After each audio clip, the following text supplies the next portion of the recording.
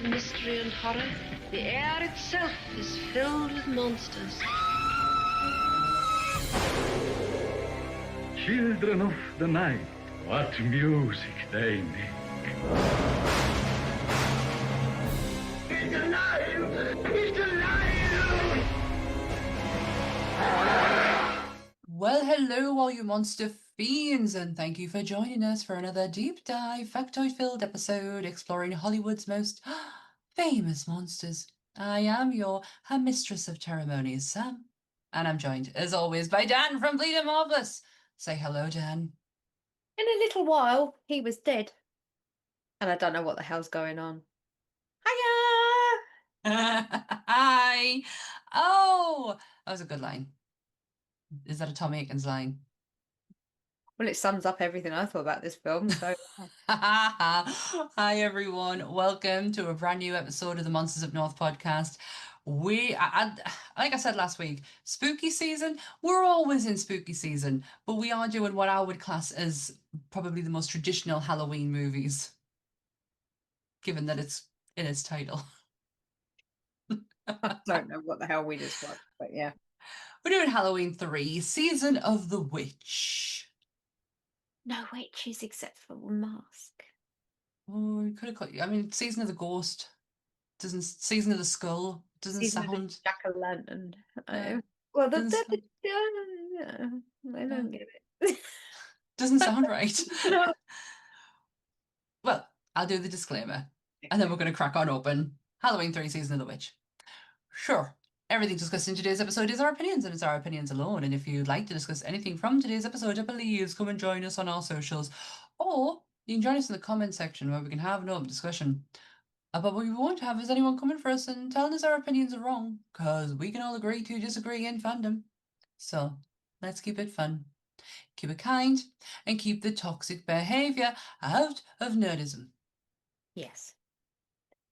Don't be a dick. Thank you. You're welcome. Yes. Right. Halloween 3. I'm sick of saying this. Halloween 3, Season of the Witch, is the 1982 science fiction horror film written and directed by Tommy Lee Wallace in his feature-length directorial debut. It is the third installment in the Halloween film series and the only entry that does not feature the series antagonist, Michael Myers. For a second. Witchcraft enters the computer age, and a different terror begins. And now the earth will run with blood again. As tonight, Monsters Up North brings you Halloween 3, Season of the Witch. I'd like to know where those things happened in this movie, because I don't know what I was watching, but it was nothing like what you just explained. Well, but that's the two taglines. I mixed them two together. Witchcraft enters the computer age with a different terror and a different terror begins. Well, they can't because it's in the telly and yeah, I get the telly thing, but there's nothing running with blood because there was no blood, and I didn't really see much of that. I've got to be honest. There was orangey yellow pussy crap, and out of his eyes. Well, there's a bit of a head explosion when he squeezed the tramp's head. Oh, and the woman who got zapped in the face, there's a bit there. Yeah. But that's it. It wasn't really like what I would call gory. No, but you don't think it's because we don't get to see what really happens at the end. You don't get to really shit in this film. It keeps going in one direction. Don't get me wrong, I'm not shitting on this film because it has its place, right? Oh yeah, it does. I strongly believe this has its place, and I understand what John was trying to do with the films, in the sense of that he wanted the Halloween franchise to be an anthology. So every single Halloween movie was supposed to be something different. Michael was going to be in the first one. The Shape was going to be the first one. The second one was going to be something else. And the third one was going to be something else. Like they were all going to be anthologies, so completely different from the next. There was not going to be any crossovers or anything like that. But the studio bullied him into doing a sequel for the first one, which is why we got Halloween 1 and 2 when we weren't supposed to have that. So Michael was never supposed to be a recurring character, nor was Jamie Lee or Loomis. So when he killed them off at the end of 2, as far as he was concerned, John was like, right, that's that, done and dusted, everybody's gone, lovely jubbly, let's move on. Hence why 3 then came about.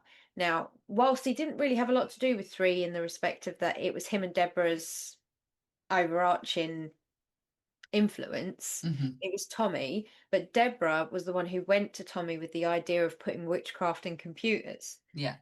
And as we all know, Deborah actually invented Halloween as we know it anyway. So it's that woman had a hell of an imagination. Oh, did she? John, yeah, and John just took what she gave him and he ran with it.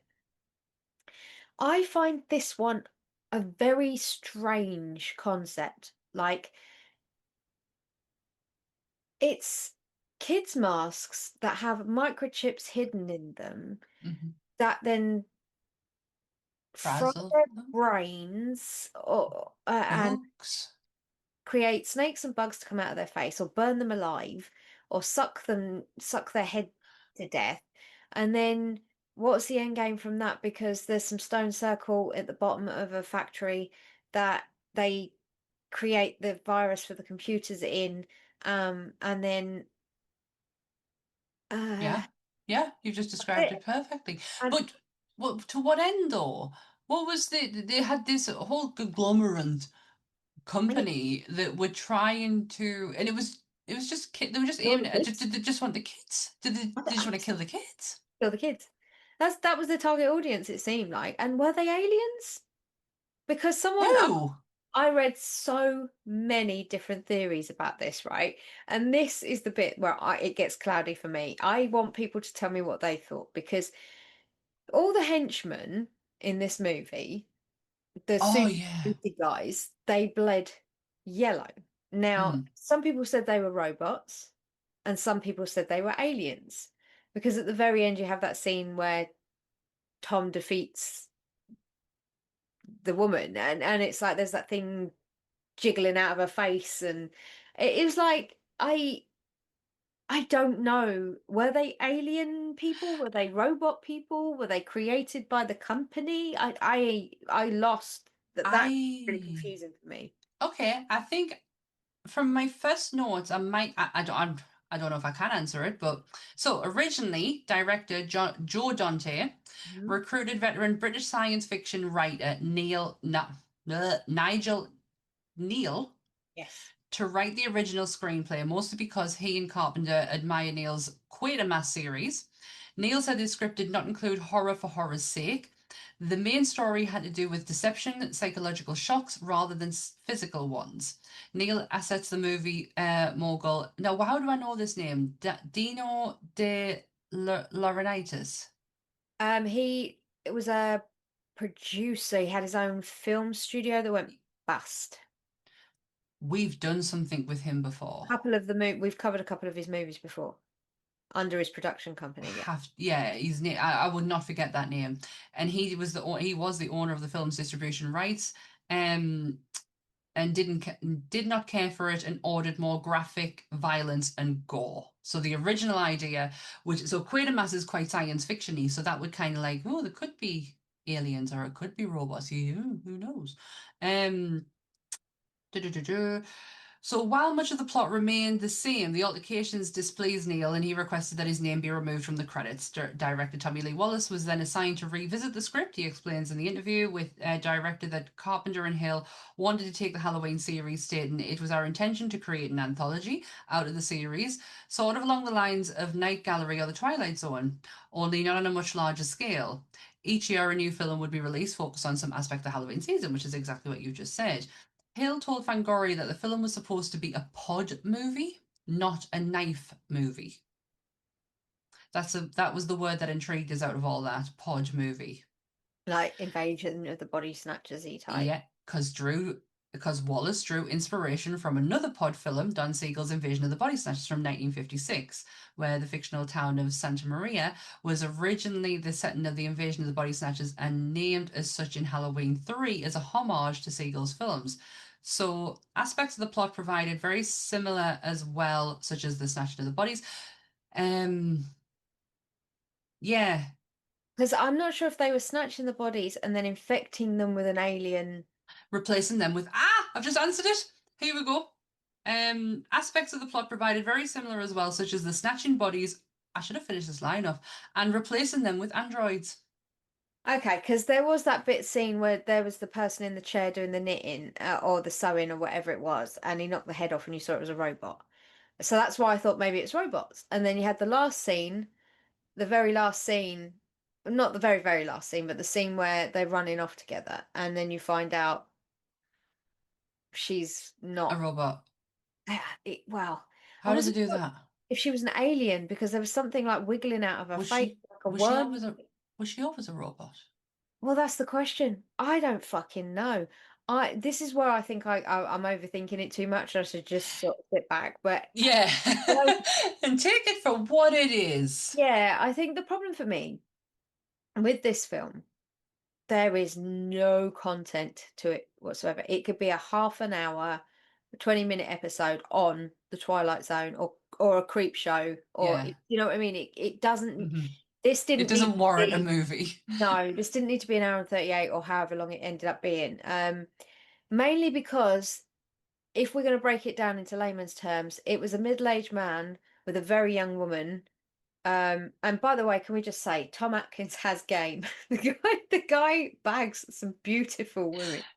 The Um, second they're in that hotel room, I oh, feel like I'm transported back into the fog. it was like the guy moves quick. Well, technically the girls are moving quickly, but the guy, they waste no fucking time. No, not whatsoever. No, and it wasn't until at least the third time he slept with her, he asked her how old she was. I was like, it was a bit Eeh, late for take backsies, mate. When he did God. that, I went, "Oh no, you've been together how many times Yeah. now? Now you're asking. Now you're asking." Now, okay, Mm, choices, but uh, yeah. Joe Dante, who was originally hired to direct this, actually quit to do the shit show that was the Twilight Zone. which is see the thing I love Joe Dante. Whenever you see Me him, too. you see him interviewed. He is such a wealth of knowledge Mm, on everything, and he will never do a project unless he's absolutely in love with it, like The Howling and like obviously that's Gremlins. another one I want to do is the Howling. Howling is it's like that was the that is one of Rick Baker's biggest not regrets, but the whole thing with how he was on the thing, he was going to be on the thing, and then he gave it to Rob Botton so that That's he could right. then go on to do The Howling. And then The Howling didn't do anywhere near as good as they thought it would, and the thing just went through the stratosphere. And Yeah. so, Rick always says, I'm so glad I was still kind of a part of it for Rob. I was able to be there for questions he had and things like that. But, it's one of the things that I really wish I'd sort of Professionally, like as in like yeah, is craft. He yeah, probably would might have been more suited over there than here. yeah, I mean, he loved doing The Howling, but the Hmm. the comparisons at the time and how quickly they came in succession to American Werewolf, and Yeah. American Werewolf goes and plays out that scene, which is also Rick, but like Hmm. Rob then came over to do The Howling, took over from Rick on The Howling as well. That it was just a whole ancestral kind of like thing, Yeah. and there was too many comparisons between the wolves, and it was just he said like But it got so diluted at that point with werewolf movies and. but as we know, Rick's the hair guy. Like Rick is literally the hair guy. Rick was And when I also in VHS, the brand new VHS anthology that's just come out, which by the way was absolutely atrocious. There's probably only about 3 stories in there that's any really, yeah.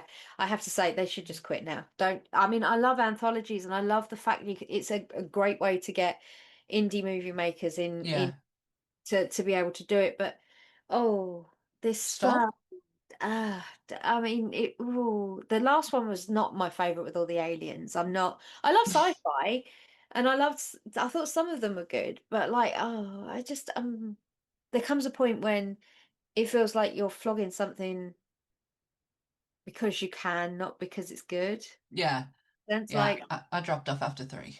yeah, like the I, first one I quite enjoyed. Second one, first one's bad. amazing. Second one wasn't bad. Third one I was like, oh. And then I that love the first one. The Aliens was the fourth, and then the fifth one I think is just come out, or it's the fourth. I get confused. It's either fourth, I cannot keep up with how many there is anymore. I but cannot do it. And when I said that shit show Twilight Zone, I want to preference that I really actually like the Twilight Zone movie. I just say that because of the shit show of a director who's in there. Murdering bastard. Wonder who I could be talking about. I know nothing. Yeah, so Joe Dante went on it, and honestly, his part in that is brilliant. I do love the Twilight Zone. Like, I know I have some very strong feelings on Mr. Landis, but it's still a really good anthology like film. Like, I really enjoy it. I mean, that's the thing I could see with the with where they were going with 3. Like, you can see their intentions of just starting anew and scrapping it, but you get that little Easter egg of Michael running down the stairs, of them advertising it within, like movie within a movie, because it's on the TV screen, and Michael just runs down the stairs, you hear the music, and then you're like, oh yeah, and then it's gone. Oh yeah. So, to have that little tiny Easter egg within the movie made sense for a tie-in purpose. But it's the fixation of people who, when I was going through the 1-star reviews, which we'll get to later on, everybody was literally just slagging it off because it didn't have Michael in it. And that was their biggest, fact with it. And I was like, You've got Tom Higgins. Like, it's it's not all doom and gloom.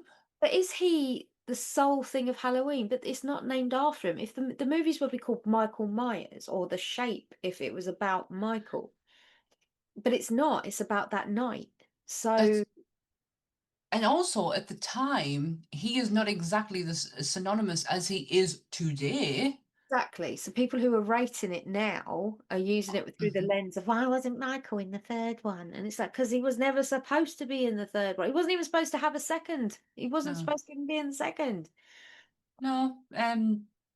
Did you know there's a book? There's an actual book of this the I script. did read something that said that it was more successful than the movie. No, more successful than the movie. The script was adapted as a paperback novelization in 1982 by horror writer Dennis Etchison, who wrote it. The novelization of Halloween 2 under the pseudonym Jack Martin. The book was reissued in 1984. Although Cochran appears to die in the film, I don't know how you could say that because you don't know. There's one channel he didn't get to, but it cuts off before we even know if that's the case or not. Left up to your imagination what the bloody hell that ending was, Yeah. Even Tom didn't know that was going to be the ending, though, because they shot like 5 or 6 different endings, and Oh, they didn't really? tell any of the cast which one they were going to broadcast as the official ending. And I Oh, don't think that was common practice back then. They just had no, probably film nonetheless. not. And No, that's the probably thing. not. People don't realize, I think we might have talked about this before, but back on film roll, every movie purchased X amount of rolls, like cans of film. hmm I feel like this That is a was recent fact. Yeah, that was your lot for that movie. Otherwise, you had to get extra funding to be able to buy more rolls of film. Film is not cheap back in the day to be able to make, so you can't keep recording the same scenes, like the same scenes over and over again. So if they corpse out and they start laughing, they have to get the hell out of it as quickly as possible because it's so unprofessional, because they can't keep filming when they don't have the spare reels.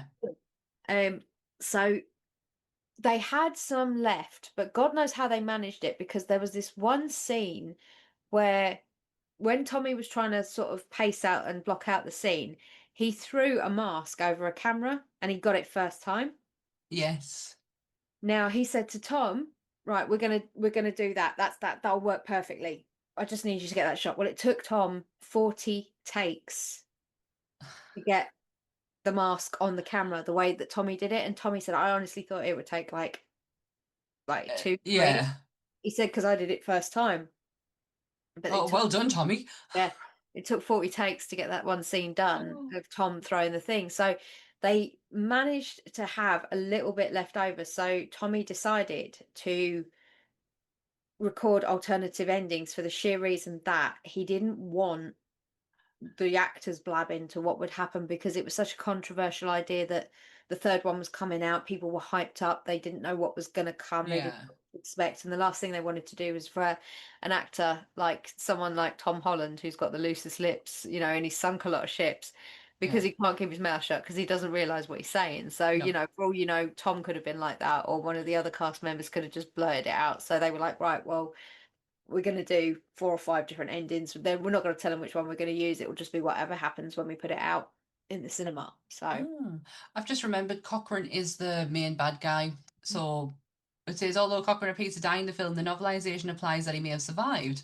With the magic of Stonehenge transporting him away. What is it with the fucking 80s and Stonehenge? but Is why is Stonehenge in the basement of a factory in Santa Mira in the middle of nowhere, buttfuck Ohio, or wherever the fuck they were? Do you know what I mean? I'm like, okay, Stonehenge, that's where it is. what is their fucking fascination with it? Do you remember Troll 2? But that made sense because it was magical. That did not make sense. Well, no, I take that back. But what I mean is, like, the trolls and the fantasy element seems to fit with the whole kind of like, I don't know, the vibe of like mystical stones in a forest, right? This was stones in the basement of a factory that made plastic masks that sucked your head off and made you turn into bugs. I don't. Yeah. I'm so. Why I was it don't there? don't know. Well, Why? the book put to bed the actual ending because obviously it's open ended at the end of the movie. He failed basically, and the kids died. Fair. I kind of got the impression that's what was going to happen anyway, because obviously at the very, very end, all you see is Tom doing is, for the love of God, man, or for God's sake, turn it off. Is it Like not? Is he not shouting "Stop it"? Is it's it not something like that. something like He's that? repeating the same line over and over and over again down the phone to the TV company. Um, Oh my God! Wow. Yeah. I think this movie has. You're right when you say this movie has its place. It really does. For me, I feel like it is a. Do you know what? Do you know what it is? It's the score. It's John Carpenter's synth score going all the way through it. That's what makes you take that out and you put some bullshit fucking 80s plinky plonkies on it. It would fall flat on its ass. I think the beauty of what they did as well was they picked a nursery rhyme. Yeah, and they picked London Bridge is Falling Down Yeah. because it's royalty free and it cost them nothing to use it because it was a 100-year-old nursery rhyme at the time, and they didn't have to pay anybody to use it. So you hear 3 more days to Halloween, Halloween, Halloween over and over again. They do Gotta it finish it off. Silver Shamrock. 14 times. That's played in that movie. 14 times you hear that. So yeah, I they love got it. I them. love I'll tell it. you what, it didn't cost them a penny, but they got their money's worth out of it. But it had the desired effect because you Hmm. knew everybody watching knows that. You just know that nursery rhyme, you know the tune, Yeah. and for some reason your brain goes, "Oh, they're the words." I found It, myself walking around going, "One more day to Halloween, Halloween." I haven't sung a nursery rhyme since God knows when, but it gets stuck in your brain. But can you not remember when we did the fog and how clever they were with the radio station? Like they do not like to pay for music because they used everything that was free. well, they're student filmmakers first and foremost. That's what That's John true. and Deborah were. They did Hmm. everything on a shoestring because, well, Tommy was around then as well. Like, people have got to remember that the core bunch of people that made Halloween was Deborah Hill, John Carpenter, Tommy Lee Wallace, and Nick Castle. They're Yeah. 4 student filmmakers that got backed by Mohammed. Oh God, now I can't say his name. I've I got it can't remember somewhere. it. It's the guy that you will always see through the beginning of every single Halloween movie. His name is Yeah. always at the beginning. Um, And I've got it here somewhere. And when I saw it, I went like, hell, am I going to try and pronounce that? but he's the financier, the he's the guy that got it out there. He's the guy that pushed and pushed to be able to get it out into the market. But if it wasn't for him, they wouldn't have had the money to make the movies or the money to get it put into production or the money to get it distributed. This guy was the insistent force and he stayed with them throughout the entire franchise. So when they started off originally, as most people know, Tommy and Nick tended to step in for like the odd parts here and there all over the Mm. place. But when it came into this movie, John had got to the point where he was so disillusioned with the fact that the studio told him that 2 would have to be a sequel, and he didn't ever want to do a sequel. He sort of stood back and he was like, right, put my name on it, but I don't really want it. So Tommy, you can do it. And Tommy, this was after the whole Joe Dante, like you say, the whole Joe Dante, and then the guy ended up suing them because he didn't want his name on it. Because he said it was far too gory, far too horror based, and he didn't want his name written to that because he was a sci-fi guy and it was never about the gore and the blood. Oh. So I guess the first couple of edits, there was a lot more going on than we get to see in what we know now. Is there a lot of gore in Well, this? according to the guy who originally wrote it, Yeah, I've just said his name, haven't I? Nigel. that's it. Yeah, according to him, it was way gorier than he'd written it, so he didn't want his name on it. This So so the only deaths, I mean, apart from robot deaths, oh my God, talk about fucking robot deaths. The guy who pours petrol on himself and then the car instantly blows up.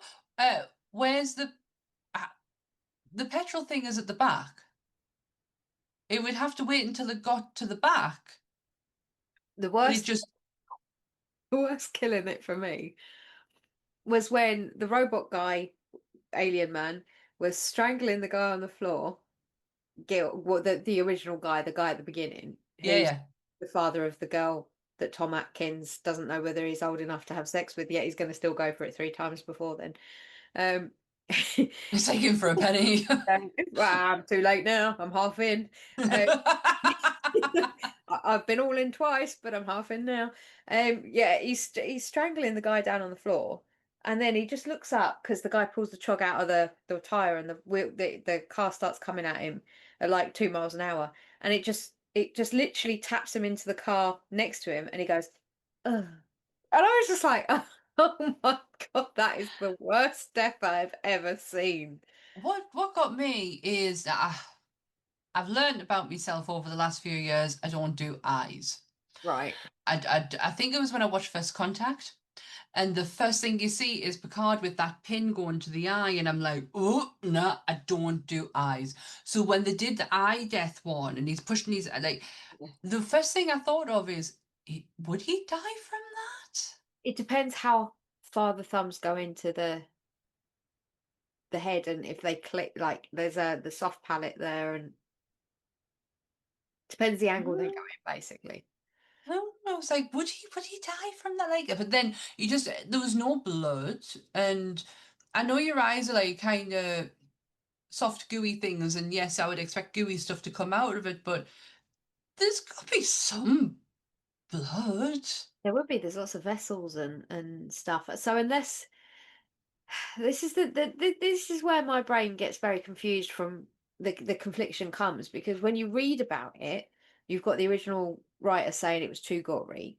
Then you read Tommy Lee Wallace's version because he got told to make it more gory. Mm. And then you watch the movie and there's very little gore, and it's like he said it was too gory. He had to make it more gory. You watch the film and there's no gore. So No, I'm my brain's like the editing. where's the gore?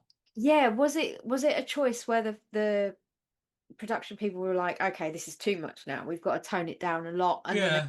they take a lot out in reshoots. I don't know, because I don't know what certification they were going for at the cinema for it to be, Mm. because they all hate being R-rated. Why? Because it means less bums on seats. Ah, right. Okay, makes sense. They go for like an NC-17 Oh or yeah, something get the like that. teens in. You get people to be able to. It's too old for the young ones, but it's old enough that the people who've got money that will come and pay to watch it can come and watch it. Whereas, I think it's R unrated because they have unrated in America, don't they?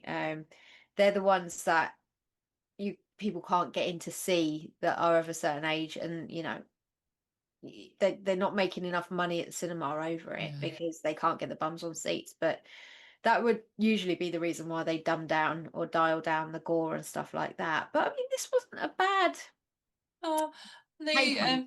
No, when you get to a certain age and certificates not needed for your movies anymore, I didn't really pay attention to them. Do you know what Nigel was writing while he got approached for this? He was writing a remake for Creature of the Black Lagoon for none other than John Landis. Oh. No. Yeah. No. Yeah. No, I'm good. Yeah. Glad that never came about. Not fucking. Not because the guy couldn't have written it. I'm sure he No. I'm not discrediting his work in the slightest. But I'm telling you now, the relationship between me and Creature would be very fucking different if Landis had anything to do with it. I mean, there's been so many different takes on him. I'm sure there's a way around that you could kind of exclude it from the canon in a way, but I guess so. I mean, I am one of these people who says, well, if the original exists, let anyone do what they want with the rest of it, as long as the original's there. That's okay. You can't touch that. You can't taint it. But in saying, I mean, John Landis could, but this movie itself, though, I mean, it did have a fairly big budget. I can imagine. So bear in mind, this came out 82. Yeah. So the budget at the time was coming off the back of two very, very successful movies. So they gave them 2.5 million, which translates to 7.3 today, which is quite a lot for a movie at the time. We don't have CGI, we don't have special effects, but we also have a very small team of people. We also have a very small cast. There isn't an abundance of, that's the one thing that John and that were good at, because they kept it small, because they kept on budget, because they were student filmmakers. They knew they didn't have. It makes sense. So they was backwards and forths, and they were like, okay, yeah, we can do it for this. It's not a problem. We can do it. And that was still a lot of money for them. It went to the box office and it made 14.4 million worldwide, which translates today to about 48 million. Is that good? I would say isn't bad. I mean, that's your average, not blockbuster movie, like, of these days. Like, take out your Marvels and your big franchise movies and all that sort of stuff. And if you're looking at something like, say, something a bit random like Infinity Pool or Pearl or do you know what I mean? Just yeah. I mean, I'm aware Pearl's part of a franchise, but you get what I mean. Like, it's they were lower rung. They weren't exactly well known. X was a movie that had been out, so we'll use X instead of Pearl. It was an unknown movie. No one knew what was going on. Usual box office take for that kind of movie, and horror never can compete with the amount of money that the mainstream movies that you can take your kids to can make. However, it is the Andy Muschietti remake of it still stands incredibly high on the list of biggest grossing movies of all time. Yeah, it's like in the top 5. It's in the top 5. Yeah, it's in the top 5. Andy, I think I've told this before. Andy's once contacted my mother-in-law because he saw one of the great big Pennywises she made, and he contacted her about like how good it was and how pleased he was that people were taking inspiration and doing it. So she now wants to get married to him. I mean, Kerry, don't you, Kerry? I don't blame her. Welcome to Derry comes out soon. I can't wait.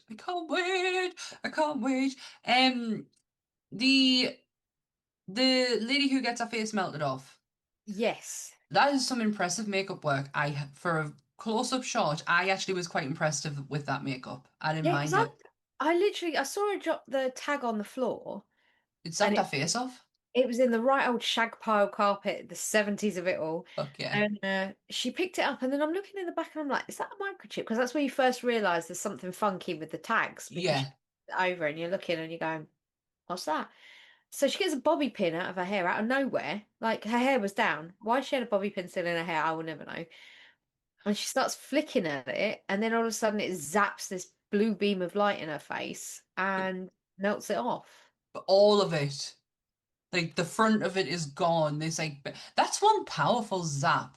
But then a spider, is it a spider? It's a something. It's an odd shaped spider because it's got quite a long body, but it's got the four thingies.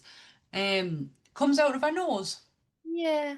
I mean, What is with the spiders and the snakes? I don't know, but did you know that was actual Tom Atkins's wife at the time of filming? Was it? Like he's next door boffing the possible jail bait next door, and his wife is getting her face melted off in the next room. That's his wife at the time. Oh, This was the other fact. Nancy Loomis, who played Tom Atkins's ex-wife with the kids at the very beginning, she was also pregnant at that point with Tommy Lee Wallace's fucking baby because the two of them were together. So it's that very makes so much fucking sense why she's in this movie. Because if you know, yeah. she's in the first, but she's not credited as Loomis in that movie because she wanted to stay away.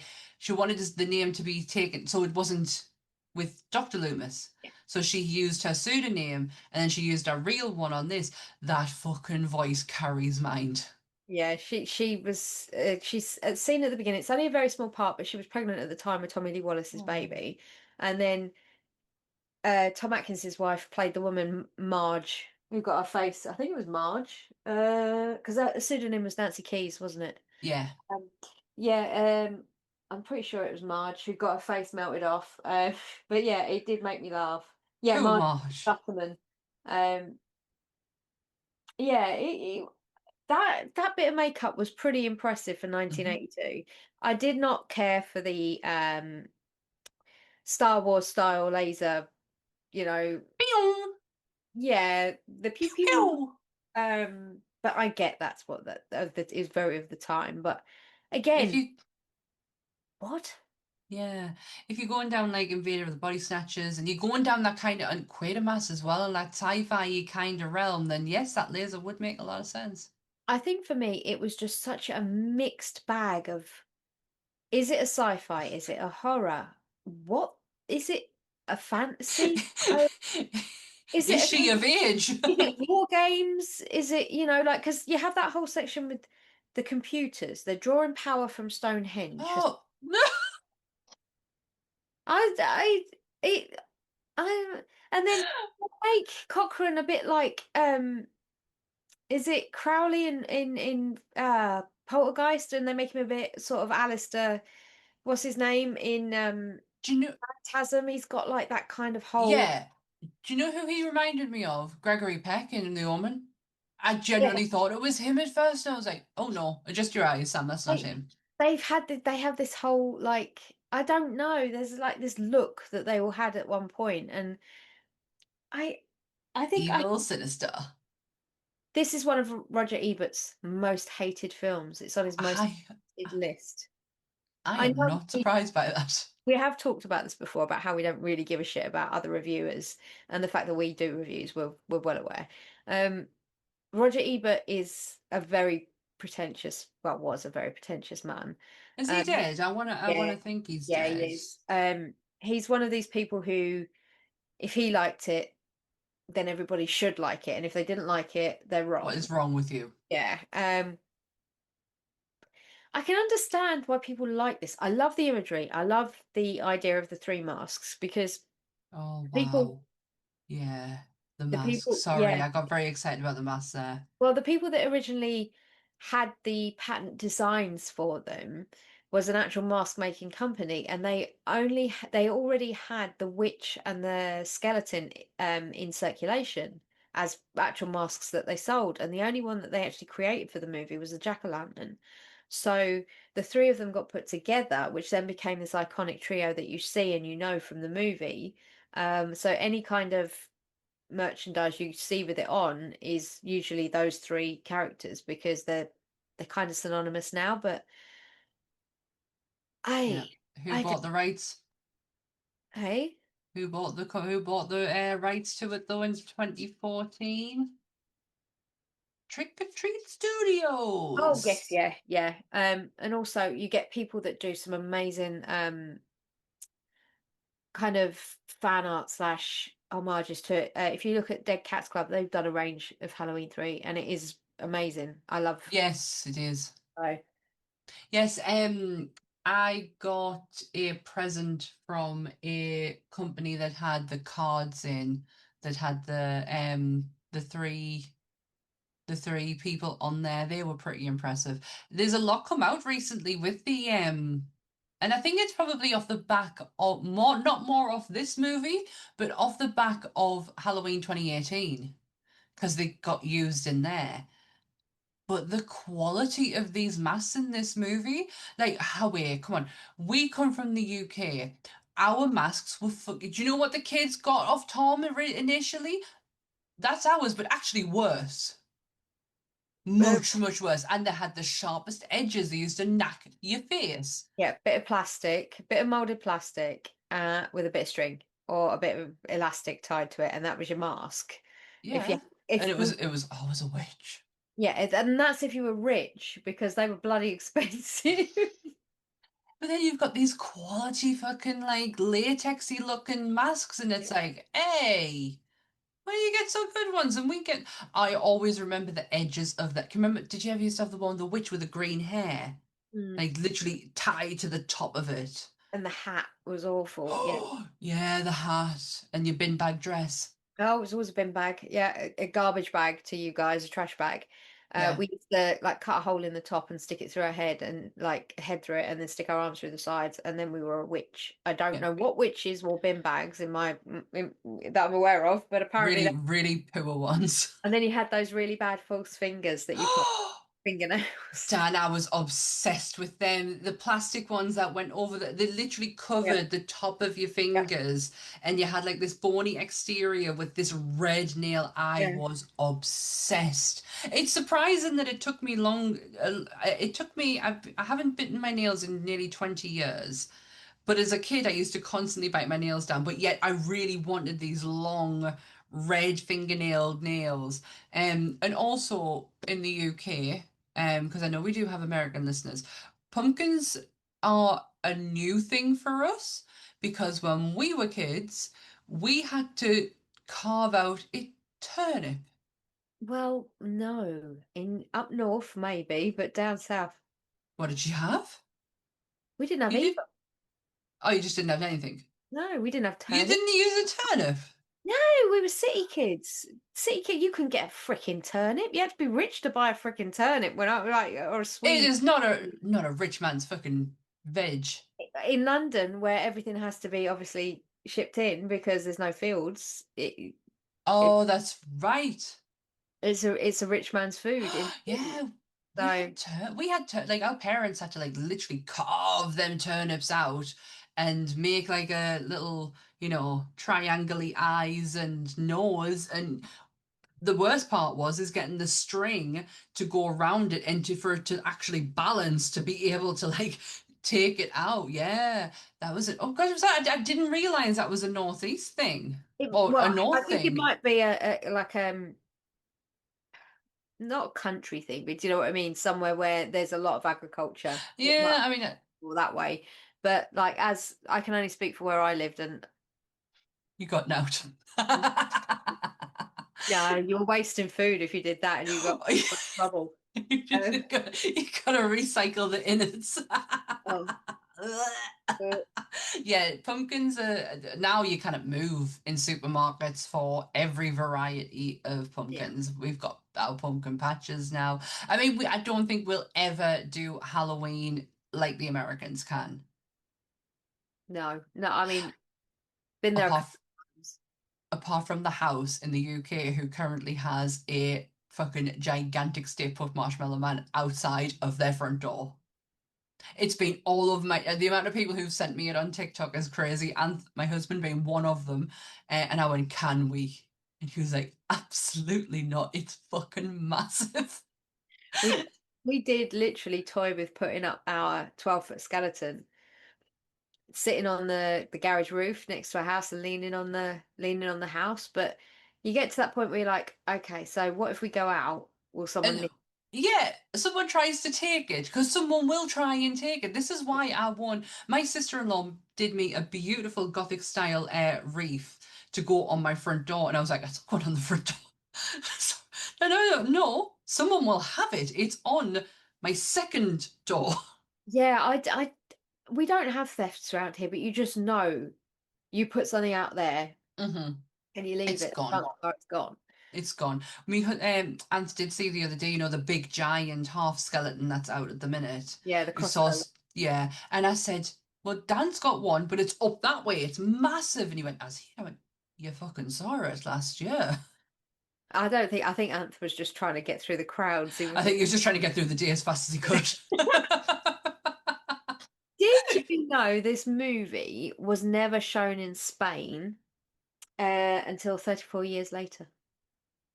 Why Spain? Because it just says it was never projected in cinemas until 34 years after, only in a premiere in Barcelona at the Phenomenina for one day in a subtitled version. That's That's all. odd. That's So, according. That's a fact. I found it out, and I thought that was peculiar because I thought, mhm. what would stop them from playing that? But it couldn't have been the gore. Let's be honest. Because there's none. Um, There is no gore. Um, so when Daniel shouts the "stop it," Yeah. and it cuts to black. The original ending theme wasn't going to be played during the credits. Instead, it was supposed to be the same screams of millions of children being murdered. Ah, music to my ears. Yes. Tommy Lee Wallace decided not to add this. So the ending could be ambiguous and add possibility that they were saved. When Tom Aikens saw the ending, he was much more satisfied with the movie in spite of the critical reception, and likes to imagine his character's struggles weren't in vain, or at least his own children survived.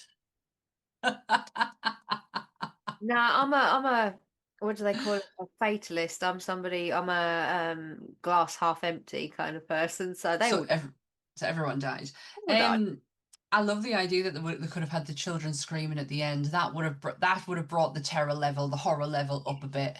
Because that would have left you kind of shaken. I Shit. mean, Yeah. especially in 1982. Yeah, Tom Aikens is shouting at the end is pretty harrowing. Like he is like he's putting his Oscar performance on there. He's definitely got into the point, where he's got stuck in this. You need to do something. Please do it. Please do it. Please do it. Please do it. You don't understand what's going to happen if you don't do it. And it's the desperation of every time he shouts, it gets slightly more intense and more intense and more intense. But yeah, I can't get over the game that guy's got. He literally every Yeah. movie he's in bed with a woman within minutes. I mean, except for let's say Creep Show, because the beginning of Creep Show, he's with Yeah. Joe King, He's and an arsehole in that though. yeah, I think they wanted to give him something a bit different though, because he's always playing lead But man. So in that he got like a little challenge, I think. But yeah. Well, my favourite movie we've done so far this year has been The Fog. I I got such a surprise with that, but the minute they're in the hotel room and he's going, "I need a drink." Actually, do I? And then they started like getting it on. I was like, 2 minutes. It actually took longer than this one than it did in The Fog because she got in the car and then it happened. I was speaking to Jamie Lee Curtis. She actually did voiceovers in this. She did. This is what I love about the fact that it's a very ancestral kind of like Yeah, cast list within we can the stick with cast our own. world. Yeah, because obviously Adrian Barbeau, should I say, she um did the voiceovers in the thing. Yeah. She was also in the fog. She was also married to John. Just Was after Deborah Hill married to John or yeah. I know they were together. I don't know whether they ever got married, but they were But together when he met Adrian, and then he ended up marrying Adrian right. So did him and Deborah just have like a professional relationship? Like, afterwards. Yes. yeah, right. Okay, that makes sense. But when we originally went and did the fog and stuff like that, I looked a bit into it then, and also when we did the thing with Mike, and Mhm. she never really got over not the him running off and getting Yeah. married.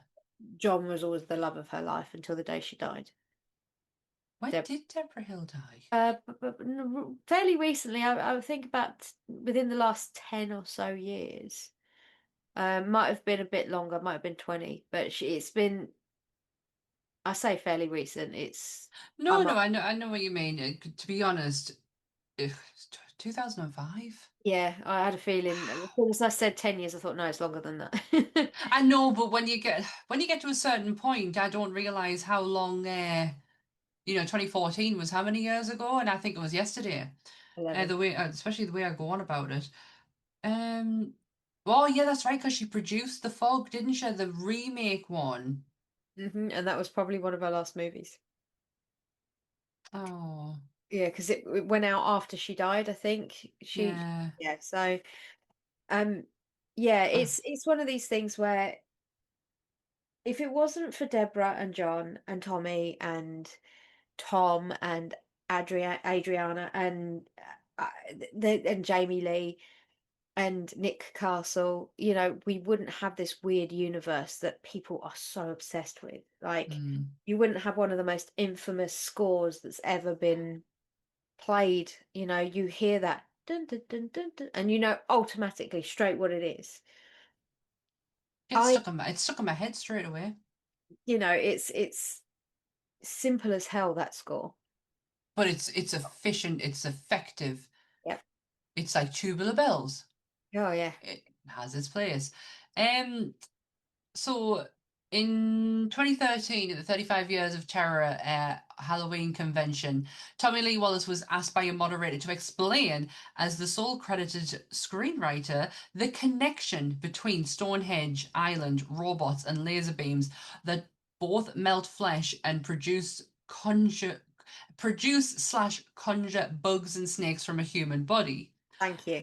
What was Wallace's reply? He ain't got a fucking clue either. It's magic, man. Oh, Christ. That's not an answer. That's a cop out. It's just the fact that Stonehenge. Why is people were obsessed with the idea that these stones created this kind of magic, or was it just the mystery behind them and it was an easy like storytelling device? But why is Stonehenge in the basement of a factory? Why is it not in Somerset where it always should be? I'm confused. How they. Mm, was it like stones that held the same properties as Stonehenge? Or did I hear them say it was It's Stonehenge? Stonehenge. Yeah, see, that's what I thought it said. And I was like, It's okay. magic, man. Yeah. It's magic, man. I'm running out of a lot of Yeah. facts because, to be honest, there's not a great there's not a great deal that goes with this movie. You can't find anything out about any makeup work that was done because there's very little. If you want to know what was coming out of the guy's eyes, it was orange juice. Yeah. Um, yeah, so there's not a great deal with that, and we know the relationships between everyone who's in there, and kind of like Dan's like gone on to say about the family unit that or incestual unit that they have, but facts wise, not a great deal. We've kind of covered the like possibly the lot. Yeah. I mean, like I say, it has its place. I Yeah. don't know if part of the Halloween franchise, as we know it, it works in. It doesn't. People are very vocal about that. And I will openly admit it doesn't work within the Michael Myers universe. No. But then when it was written, there was never the intention of it Mm-mm. being a 42 movie deal franchise with Michael Myers in every single episode, every single one. That was never the intention. So Mm-mm. from the original outset, it makes sense. But from the long term, as someone who might be new and getting into Halloween for the first time, they'll be like, what the fuck is this? I completely understand people's reactions. But as a standalone film, I go back to what I said about it only needing to be like maybe 20 minutes, half an hour, like an episode of the Twilight Zones Mhm. or a creep show kind of like episode, a part Yeah. of Creep Show or something like that. I think that's where this would have done better. They could have condensed a hell of a lot of it, but I also understand why they didn't. It sits well. It could sit well within anthology horror, and it can sit well where it is. And if you're that asked about it, just call it Season of the Witch, like we all do. None of us call it fucking Halloween 3. But could you So explain to me why it's called Season of the Witch? yes. Because that is another question I do have, and I would like that answered. Because other than the witch mask, is it because there's magic? No. It's simply homage. It's simply paying homage, and I'll tell you who too. But what's just caught my eye, and I don't know why I wrote this down for because I knew it. Tommy Lee was directed it. Yes, The the TV show. Yeah, Well, I wrote that down. The miniseries. It's to do with. I found it. The subtitle comes from George A. Romero's second film, Season of the Witch, in 1972, also known as Hungry Wives, but the plot contains no similarity to Romero's story of Joan Mitchell, Jan White, a housewife who becomes involved in witchcraft. It is purely homage. It's purely just taken. It sounded cool. We're taking it. Okay, all right, no, okay. That makes no sense but sense at the same time. I understand that. If the purpose Yeah. was to just make it sound grandiose and make it sound Uh-huh. different, yeah, I get it. I Like, think this movie is a movie that does not know what it is, but doesn't give a shit, doesn't care. yeah, well, I You mean, got it. This is what we got. as I say, we all go with Halloween 2 Electric Boogaloo, so I suppose like Halloween 3 Season of the Witch, we can give that a go.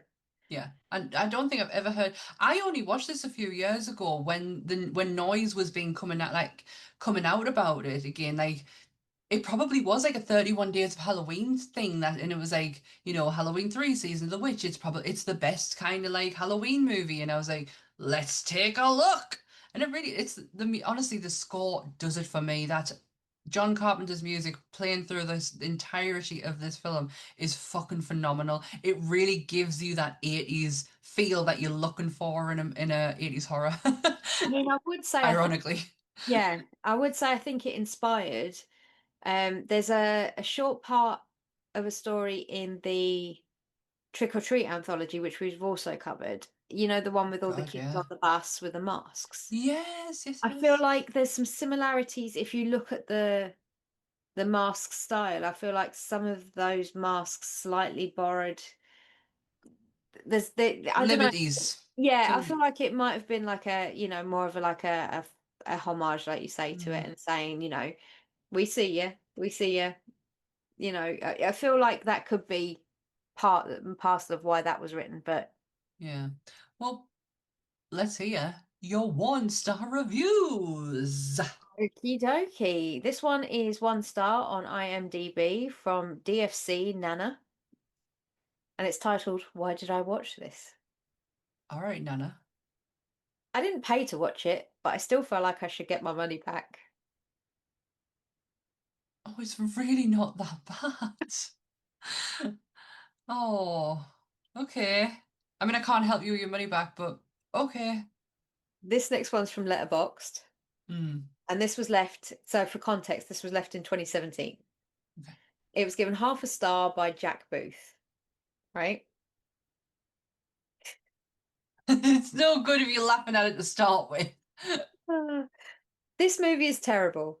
The scariest part is the creepy mustache sex. I'll put with Tom. Creepy I get mustache sex? creepy mustache sex. I mean, Is that the review? that's the review. Literally, it was so hard to find something that didn't have it's got no Michael in it. Hmm. Michael wasn't in it. How's it have literally people were Yeah. giving it no stars because it didn't have Michael in it. And Uh, it was so hard to filter out anything that didn't have that as the reason why it was a 1 star. And it was just like, just oh my God. Just imagine if Jason was in it instead of Michael. You know that like snippet you get of Michael. Just imagine if it was Jason, how much people would lose their fucking shit. I'd do it to piss someone off. I'd stick Freddie in it. Oh, Like 100%. just Just have them walking. Just have them walking past, like like an Alfred Hitchcock like thingy. Just walk past the screen and just don't background. look at the camera. Yeah, or just doing something really mundane, like having a drink of water. And yeah, I would. I like Pennywise in the background waving the arm. I think I'm doing that with me. I am. I'm doing that with my arm with me Pennywise on. That's so weird. Um, did you do the 666 degrees of Jake? Of course. Go on. Are we ready? Always. Are you ready? Yes, I am just having a mouthful of water because I have dry mouth. Okay. Tom Atkins featured in the 2009 remake of My Bloody Valentine alongside Jensen Ackles and Jamie King. Jamie played Betty in 2001's Pearl Harbor. Her sweetheart was played by Ewan Bremner, who is mostly known for playing Spud in Trainspotting, but also featured in AVP. AVP starred Tommy Flanagan, who played Mark, but has played a plethora of parts as well as hench dude called Leo in Face Off. Face Off. As you should know, Nick Cage plays Castor Troy and can eat a peach all day. He played Ben Sanderson in 1995's Leaving Las Vegas alongside Elizabeth Shue, who plays Chris in Adventures in Babysitting. You got there with Nick Cage. Oh, I got that with Nick Cage. Gotta love a Nick bit of Nick. You got there with Nick Cage. I'm impressed. Did not know Tom Higgins is in. I've never seen it. I've never seen it. It's honestly, it's that film. I think we've mentioned this before, where I've said we need to do My Bloody Valentine at Valentine's Day, and we never fucking did. We are going to this year, next year. Oh God, when am I? Who am I? Oh my What? god, yeah. I'll do you one better. Why am I? Yeah, right, Jax. Who am I? We could do this all night. I'm gonna not. I'm not gonna. Oh my god, that's another. It's another Marvel quote. I can do this all day. Yeah, as soon as that come out, I was like, no, don't say anything. Just Ah! no, let it go. Oh, that was good. Like I said, this is just. It's just a. I feel like it's just a cozy little Halloween movie for Yeah, Halloween. it is I mean, I wouldn't call it a feel-good movie, but you know what I mean. If you're looking for Mm, Halloween-themed movies yeah, that aren't you know. the big ones, then Yeah, yeah. yeah, it's fun. I enjoy it. But next week, going into a genre that I don't normally mention that I really enjoy, the ghosty side of horror. So we're going to be doing, I don't know what year it came out. It's 83, I think. The Changeling, not to be mistaken with the Angelina Jolie one that came out in the early 2000s. Very fucking different stories. Yeah, very different. Yeah, so if you're looking for, I mean, don't get us wrong, the Changeling one that was Angelina Jolie, it's an interesting story. It's just not this one. This is the movie that inspired Scary Movie. Scary And it Movie. also had like the others with Nicole Kidman was like a play on it as Mhm. well. And Yeah, there's been a lot of movies that have taken, borrowed, parodied this film. So yeah. This is the starting point. Now I love the Changeling. It's one of my favourites. Hopefully we can make a fucking episode out of it. So we'll find that out next week. I don't know. Did you see Amelia's video? I was just when I said scary movie. Did you see Amelia's video out recently about the scary movie info? Because I did not know any of this about how the Wayans brothers were basically kicked out of their own franchise and have only just acquired it back. I was like, oh shit, I didn't. Amelia's video was fantastic and very informative, and I had no idea about any of that. because Marlon did an interview, if I'm right, people will correct me if I'm wrong, I'm sure, but Marlon did an interview with Shannon Sharp. And it was, you know, where he sits down with them and they drink like whiskey in front of the fire. He's Hmm. most famous for doing the cat. Yes. Yeah, that one. But he was interviewing Marlon and they were having conversations about like how Scary Movie was the thing that people remember them most for, but what actually put them on the market was In Living Color, Yes. and how they bought Jim Carrey Into the mainstream. mainstream because he was probably the only one of, I think it was like one of two or three white guys in the whole of the comedy Yeah. club of In Living Color. And I remember that because I used to watch that when I was a kid because I used to find it hilarious. So I knew them from that. And then Hmm. it got adapted. They got offered to sit down and go into Scary Movie. And in that interview with Shannon Sharp, you can find it on YouTube. He talks all about how the success of it took them off to such a place where they were getting movie offers left, right, and center, and the production teams and the movie houses and the studios were all like, right, we need you to commit to like a 4-movie thing or a 5-movie thing. And they were like, well, you know, we want to try other things and do stuff. And they were like, no. And then there was this whole hoo-ha with how they had to be kicked out of their own movie because they weren't living up to the requirements by the studio. It was something like that. It was the way Amelia explained it and how I was that it was money basically. They were quite new to this whole franchisey kind of thing, and it got a bit out of control to where they ended up signing things they probably shouldn't have and ended up losing the rights to their own stuff by the worst fucking people in the world. Oh, yeah, Yeah. because everybody's Yeah. trying to get their stuff back now, which I think Everyone's, I know, and I love it. I'm so happy. I mean, we talked about this extensively last week, where Kevin Smith's rights back to Dogma. So I had no idea that that happened to them, though. I just assumed they'd getting what they wanted out of it. They moved on. Please be more kinder to Haunted House or that movie that Marlon Wayans did, because that's them trying to scrape back something that was theirs. I didn't So think that was too terrible. That's the one with David Harbour and that doesn't speak, isn't it? I've not actually seen it, but I always remember people going, ugh, like, it's not scary. Scary movie. I love scary movie. It's not scary movie level, but like they were really trying to like scrape back theirs, and it did not work. I think Did not people work out. forget that the whole point of scary movies was parodies. That's Yeah. what it was. It was taking all the horror movies that come out at that point and they were parodying them. And some of the best lines have ever come out and the most iconic characters have come out of that. Take my strong hand, child. You got Uh, like I'm gonna be the bigger man and walk away. Walk away. I just get my little finger up his hiney. Oh, come on. You know. No, come on, like we're still how many years later, still fucking quoting this movie. You know, it's I just get it right up in there. It's so stupid. And But then it's genius. and Anna, the way Anna Ferris runs, like Oh my God. in the first one when she's being Sydney is hilarious. And then when they do the War of the Worlds parody, I think that might have been four, Oh three, my God. Yeah, and that's like a way down the line. then you got the Charlie Sheen and I don't mind the Charlie Sheen one when they're Lights. doing signs. It's when they're showing the hot dog and what his wife looks like, and then they do they do this, and for some reason that is just fucking hilarious to me. Parody comedy is some of my favorite comedy in the world. Look at Spaceballs, and there's probably loads, but it's quite late at night and my brain is fried right now. But But it no, works. It works. Parody horror yeah, done right works, and it does. we do something soon. That's what I mean. This is why I'm Yeah, so happy it's Scary Movie I because can't those wait. guys know what they're doing. The Yeah. Wayne brothers family, they know what they're doing, They are genuinely funny people. and let's just hope Yeah. they can bring their 90s, 2000s comedy into I now. think they can. I think they can transcend. I think they can really bring something.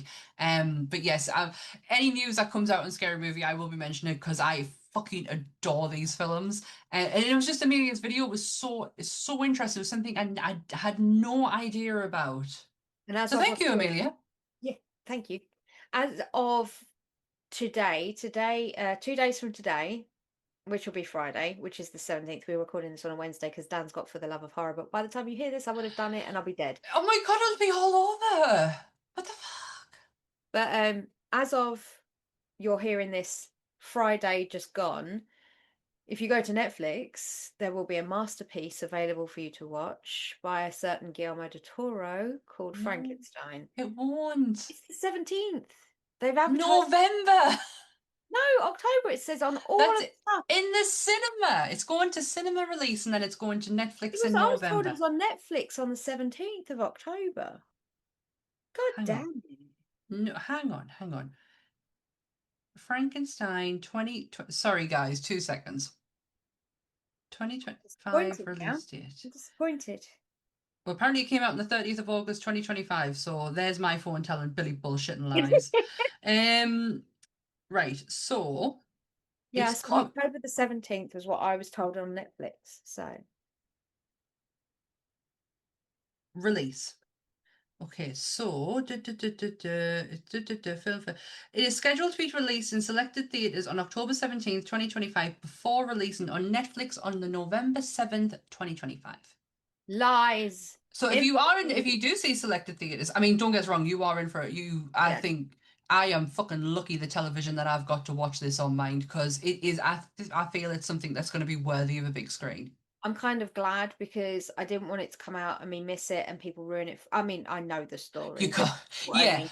No, someone will find something, just some little tidbit of information to fucking He's tip you over the staying off edge. social media for 3.5, 4 days. And when you run a business, you don't have a choice. You have to go on socials to constantly update your socials. Yeah.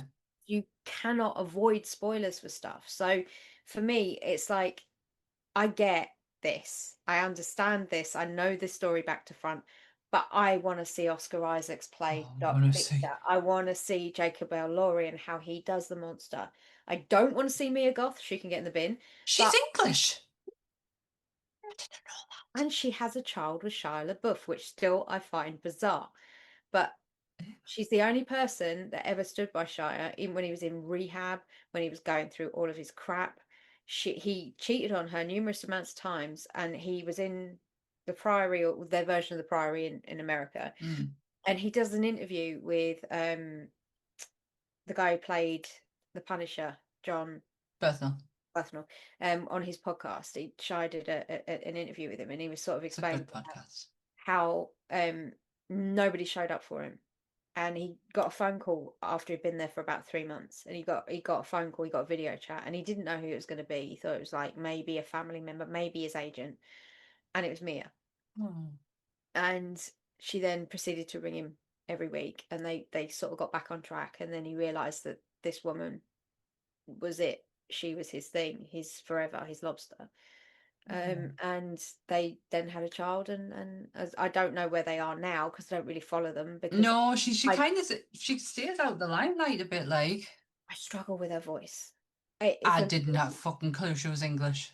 it's the cadence of her voice, and if anybody knows what I mean when if you've ever seen Infinity Pool with Alexander Skarsgård No, and I really thought you were making that name up earlier. no, it's him and her, and it's a very hedonistic movie, a horror movie. Mm-hmm. I struggled with her voice because she does this thing where she does Jamesy, because his name's James, and she leads him around on a dog lead and all this sort of stuff. It's Well, such a Alexander Skarsgård. oh yeah, What's it it is called a again? bizarre Infinity Pool. Oh, But it's a horror movie as well, so there's like all this weird shit that happens when he's tripping. He thinks he's tripping, he doesn't know half the time. It's a very strange film. But I'm not watching that film for any plot. well, no, Just there's looking lots of straight at him. nudity and semi-nudity. But yeah, Definitely watching it. I find, when somebody has a pitch, I'm not, this isn't me knocking her acting chops or anything like that. Just certain pitches of certain voices strikes my misophonia so badly that I can't, I just can't. And Yeah. this is the thing that worries me with Mia Goth, because I love Frankenstein and I trust Guillermo implicitly enough to know that he's cast her because she was good as the role. Mm-hmm. But I'm hoping my misophonia does not kick in Yeah. and not make me go, oh, okay, I'm done. I'm hoping she surprises you. I really do. I hope for me it's not another Lily Depp. Yeah, that's the kind of imagery I have in my head at the moment, and I'm trying my hardest to keep it away, keep it at bay. Just no, Yeah, no. I think it's the costuming that's kind of putting you in that. Possibly putting us in that head frame, but Oscar Isaac, I just have to see Oscar Isaac. Yeah. And I'm Have so to. annoyed I never met him at Manchester this year when he came. I should have done Oh, it and I should have done didn't. it. Oh, Should because it's when Moon Knight and Moon Knight fucking rules. yeah, Max Spector. It's a great character. I was going to say something. We will be doing a Frankenstein episode. Get that? Yeah, we He's are. the only universal monster we've not touched. He's a special one and he holds a very dear place in our hearts. So we want to make sure we get it right. We want to make sure we get the timing right. We want to make sure we cover it right. And then Yeah. we were pretty much thinking about doing it, and then this got announced and we were like, maybe we should Mm, wait off a little bit longer. yes.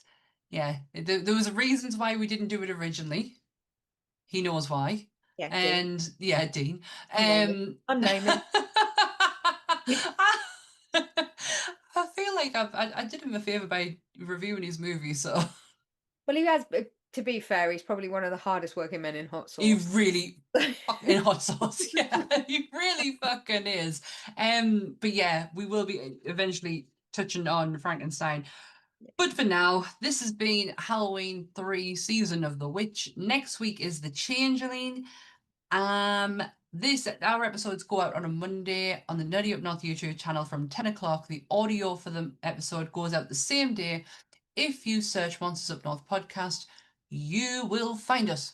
And you will find our latest episode. And thank you so much for Sam Munster, who has actually listened to our last 2 episodes this week.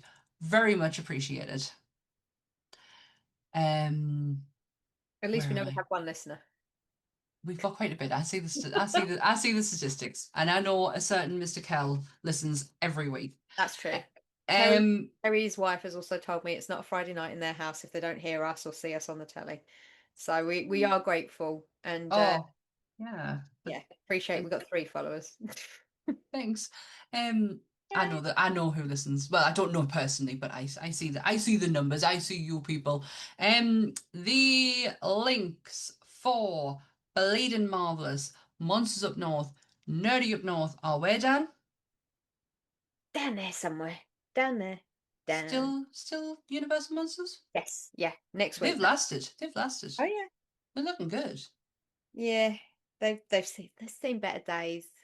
We're 1 con down. God knows what they're going to be like by Monday. You've But got to fucking have none left. Tuesday I shall have a new set. So Well, if you have been to the Full of a Horror, I hope you've had an amazing weekend, an amazing con weekend. I hope you all went to Bleeding Marvelous to get your horror needs met. and if because this is in the future, days of future past. Mm-hmm. I'm going to say this: if I died because I'm tired and you never see me again, thanks. Just know I appreciate you all. No, I hate people. Socializing brings me pain. I'm a hermit. I should live. It's a good job you're going to be at the biggest horror convention of the year, and you've already done it. Actually, I don't know what I'm talking about. We're in the future, Future past. past the future. Oh, I'm not getting through fucking time travel again. I had enough of it when you went on holiday. I'm not doing it all over again. I'm That currently. Oh, hang on. I'm currently. Oh God, what's his name? James McAvoy. McAvoy to my Patrick Stewart. I'm Patrick Stewart on Monday, but I'm James McAvoy right now. That just hurt You're welcome. my fucking brain. Does that make me? Does that make me Michael Fassbender and Ian McKellen? Hey, it'd probably make me bloody Nicholas Hoult and fucking Kelsey Grammer. I'm probably going to end up looking like come Monday. So, what is it with me and my Marvel references today? What the hell? Honestly, you've been on it. I am a Marvel nerd, so I'm allowed to bring it out every now and again. Me too. I do another podcast with all about Marvel, but that's not this one. But if there's nothing else left to say goodbye, Dan. Hey, Cochrane. Fuck you. Bye. Stay spooky, everyone. Bye.